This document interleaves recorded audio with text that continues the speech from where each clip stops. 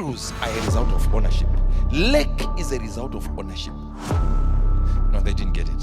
See, the power of ownership and the power of access. Crisis will only come when you own something.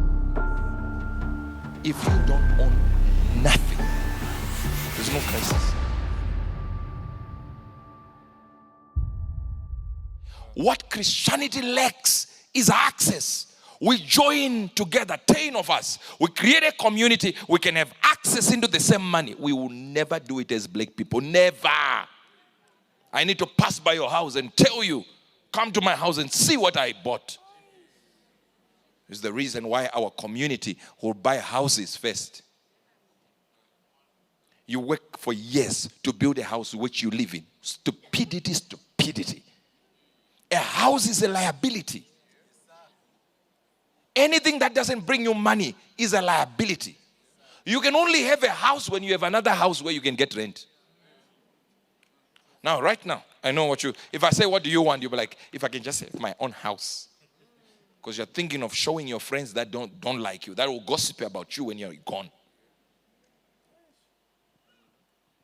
And if you die, you will leave it to your wife who will get married to another man. One day when you decide, we are a community, let's create 5 of us here. We can share water, we can share this, we can share this. You see how thriving. You see the Amish community. Not one Down syndrome in the Amish community in America that they have actually researched. Not one Down syndrome. Do you understand? Not one Down syndrome. And lifespan has increased in the Amish community. Because of a community with access will give you more life. Ownership will kill you. Listen, bills are a result of ownership.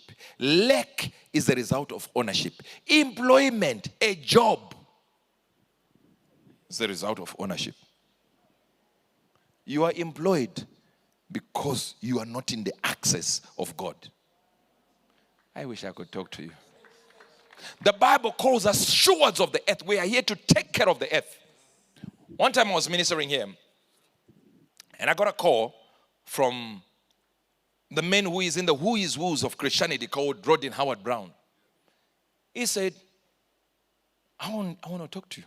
I'm like, wow, wonderful. Dr. Rodin Howard Brown, the man who is in the who is who of Christianity. If you're talking about the revivals, the man was in there. You're talking about where we talk about Kenneth Hagin, he is inside there. Where you talk about Jericho and all that, you talk about the revival that he's doing. You talk about what he's doing in Florida right now. Revival is breaking. That same man said, come with your children. Want to take your children to Disney World. I said, say, what's happening? He's like, I just want you to relax. I said, wow. You want me to relax? He said, yes. I've looked at your gift, and I know exactly that when people have this kind of gift, they will be used by people. So come and relax, and I know you're already broken. Some people have already disappointed you. Some people betrayed you. Some people want to use you, and some have used you and discarded you. Just come and relax for a week, 2 weeks, whatever it is. You and your family come. I'll provide anything. I said, wow. So I took my family there. Nobody was telling me what we were going to do there. My kids went to Disney World in Florida, and then they're enjoying there, and I'm just there. And then he said, yeah, go into the shopping mall there, buy whatever you want to buy. I went in there with my wife. We did what we did there that whole week. And one day, he just said, he was standing very far, as if he was afraid. He was standing very far on his pulpit, and I was sitting there because I had to attend one of his service just to see what he was doing. He never intended for me to minister. Then he said, prophet, come. Tell the people what you do. So I said, oh yeah, I'm a prophet. So he was in the corner away from the prophet. He's answering. He's like, no, explain what a prophet is to them. I said, oh yeah, I know people. I know what they have done. I know what they are doing. And he said, why don't you just prove it? Yeah. I called the woman at the end there, and I said the name of the boyfriend and the name of the mother, and everyone is like, no, whoa, wait a minute. And I called another white block here because you can't just do our own black people. Looks very staged, you know. So I started going for white people, and I called pin numbers. I put pin numbers, and he started pointing at people. Say, you come, you. And then I started prophesying to them. But while I was doing it, it was around the whole world. So the stage was open for me. Now, somebody who had built a stage, whose God had given money, gave me access to his stage.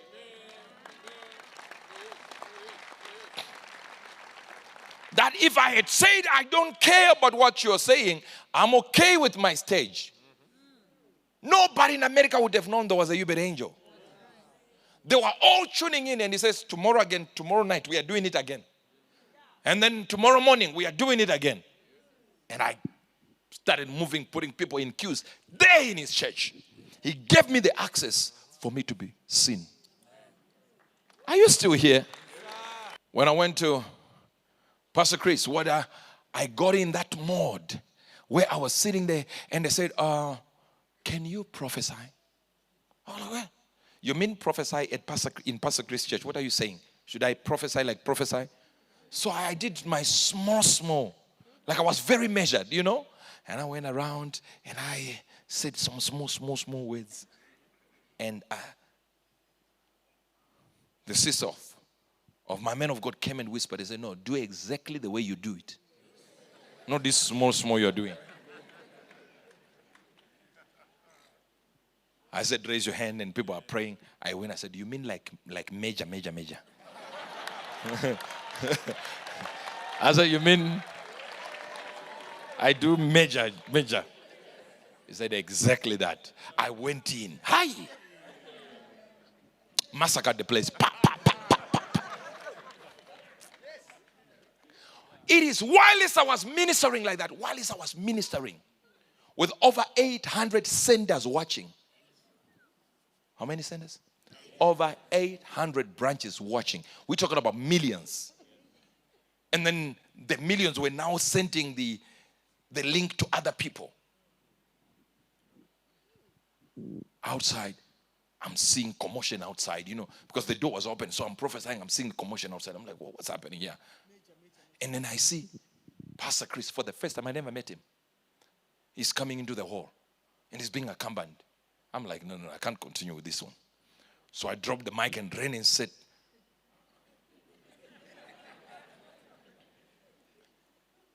he came through, hugged me, and went to the stage. He says, Prophet Uebert, come, sit here in his chair. You know, listen, I didn't feel like $1 million because I have it. I felt like $1 billion. I went and sat there, and while I'm sitting there, imagine the millions that got to witness my gifting. Somebody with a stage who is watched by billions gave me a stage. Bi-monthly, I'm live on the stage preaching to billions because I'm given the stage by Pastor Chris. That stage is important because that stage was not just built. Through prosperity, shall my cities be spread abroad. He spread that because God gifted him and gave him the ability to have access. Access is more powerful than ownership.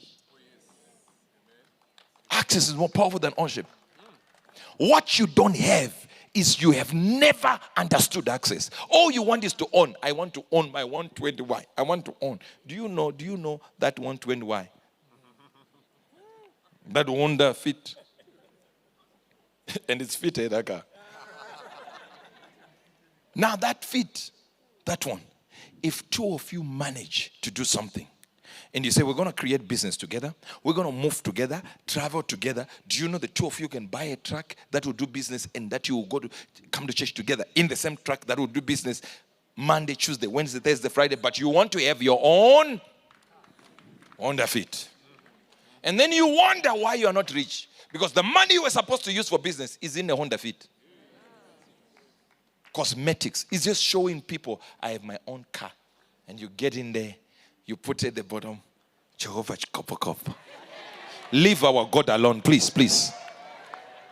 I remember a prophet in South Africa, you know him, white man, very good teacher. But I think they had a run-in with Prophet TB Joshua and it was not good. And now I'm close to TB Joshua, but I've been invited to preach for the white prophet from South Africa. So I honored that. So I went there. But in that moment when I went there, that man was popular around the world. Cobus was popular. He had never invited any black preacher to preach anywhere near his pulpit. And do you know how he got me? Simple. I was coming from Mandela's house with Prophet Makandiwa. And then I got a call that there is a man who has been calling and calling and calling, and he says he wants prayer.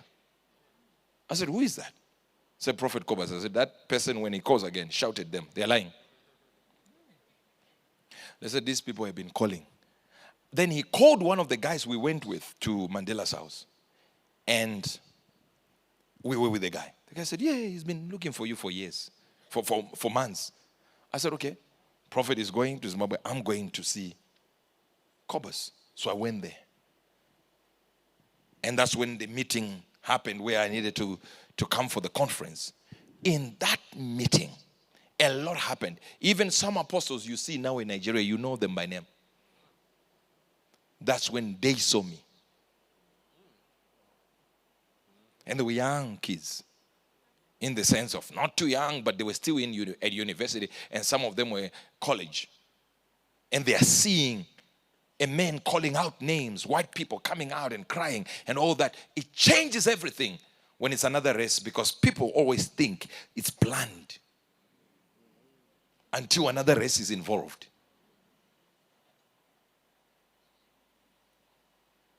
But that access I got from Rodin Howard Brown, the access I got from Pastor Chris, the access I got from Cobus, the access I got from TB Joshua, if it was not presented well, my gifting, though big, would not be anywhere. No, they're missing this one. I know you're missing it. When you have access, a midwife, somebody who sees what you carry and is not jealous of it, is not competing, is simply saying, let God move and move. But for these people to have, these luminaries in the spirit, to have the capacity to give you their stage, is because God has blessed them financially. God has moved them to another level. So they're not competing with you. They're just establishing. I wish today you will get your own midwife. I said you get your own midwife. Everything you do, have that ability of saying, I have access, I have access, I have access, I have access, I have access. A good news world with Uebert Angel, provoking a reaction and always worth hearing.